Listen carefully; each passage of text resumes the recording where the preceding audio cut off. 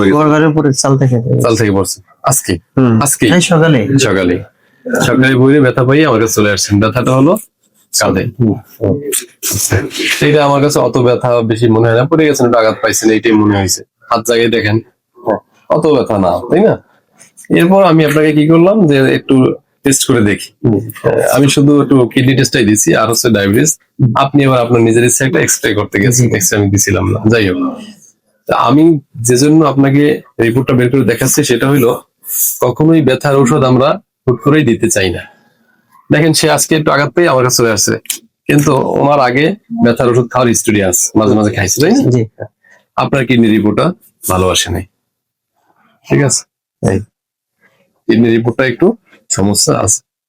1.5 creatinine.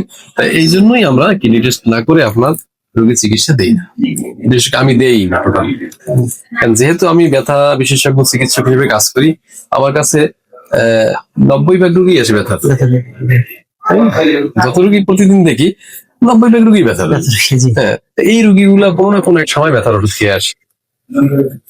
যে কোনো ব্যথার জন্য, বিশেষ করে দীর্ঘমেয়াদী যাদের ব্যথা থাকে তারা ব্যথার ওষুধ খেয়ে আসে। এমনকি আপনিও কিছু কিছু ব্যথার ওষুধ মাঝে মাঝে খাইছেন, যে কোনো কারণে খাইতে হয়েছেন এরকম।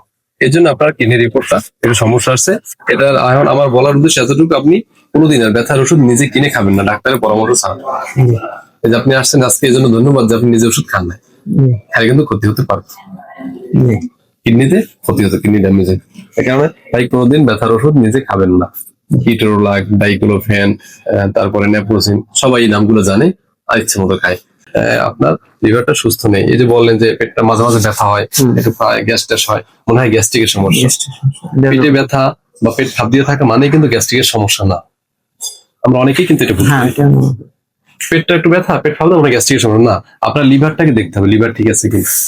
লিভারে যদি সমস্যা থাকে, পেট ফাপ দিয়ে থাকবে, হজম হবে না ঠিক মতো, পেটে ব্যথা হতে পারে। অনেক সময় যদি ফ্যাটি লিভার হয়, ডান সাইডটা ব্যথায় ধরে যায়, ডান সাইড ফুলে যায়।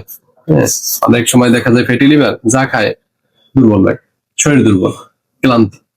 ফ্যাটি লিভারের সিমটম ক্লান্তি, পেটটা ফাপ দেওয়া থাকবে, ডান সাইড ফুলে যাবে, বমি বমি আসতে পারে, হ্যাঁ, হজমের সমস্যা থাকতে পারে। তা আমরা এখান থেকে সাবধান হবো।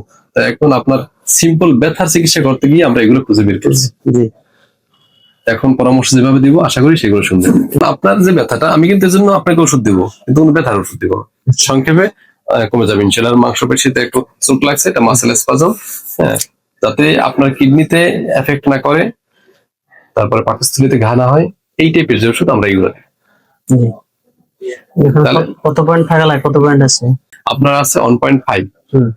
এটা খারাপ, এটা আপনার থাকতে হবে নর্মাল রেঞ্জ, যদিও 1 পর্যন্ত 0.6 to 1, কিন্তু 1 এর নিচে থাকা লাগে। এই রিপোর্টটা নর্মাল আসে নাই, এতটুকুই বলা যে কিডনি রিপোর্টটা নর্মাল আসে নাই। সো মেসেজ হচ্ছে যে নিজে কখনো ব্যথার ওষুধ কিনে খাবো না ডাক্তারি পরামর্শ ছাড়া। ঠিক আছে, ধন্যবাদ।